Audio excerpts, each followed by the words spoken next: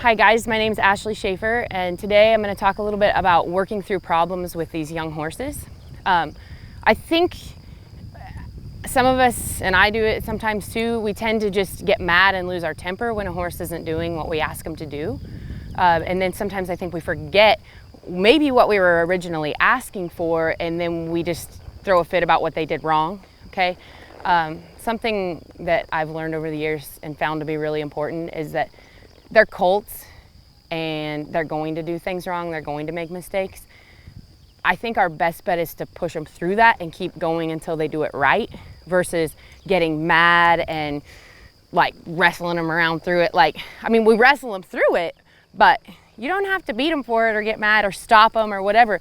I usually just kind of push them through it. For example, this horse, she doesn't always want to be the softest horse about her face. She's real touchy and light-sided, but sometimes when I first get a hold of her, she'll kind of pull through me a little bit, or maybe, gap her mouth and push out. And the key is is having a good release, okay? And usually it's when I first get on her, she's just not softened up, and I've got to remind her that she needs to be soft. So when she does that, I'll still hold my hands in position and use my legs and squeeze her into that until she does just what I'm asking her to. Like when she breaks at that pole and gets soft, then I'll release that, okay?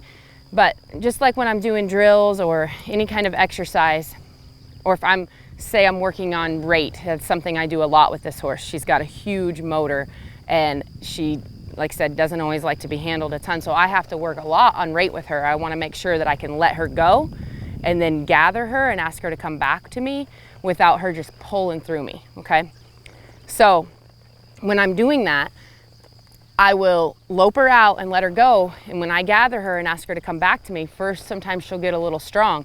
The key is not to rip her face off at that point. The key is to be patient, okay? I usually just hold there and squeeze my legs and wait for it, and as soon as she gives it to me, I've got to be ready to release my hands and maybe release that leg pressure a little bit, and then I can ask it right back, okay? I don't have to just pitch it away completely. I can ask her to come back to me again, but there has to be a release there, because that's how a horse knows that they did the right thing, okay?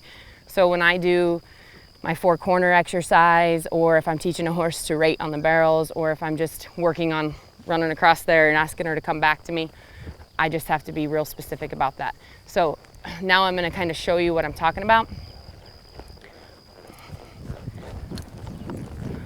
I'm going to lope a little circle right here, and then I'm going to lope out across there, and when I gather her back up, you'll see what I'm talking about.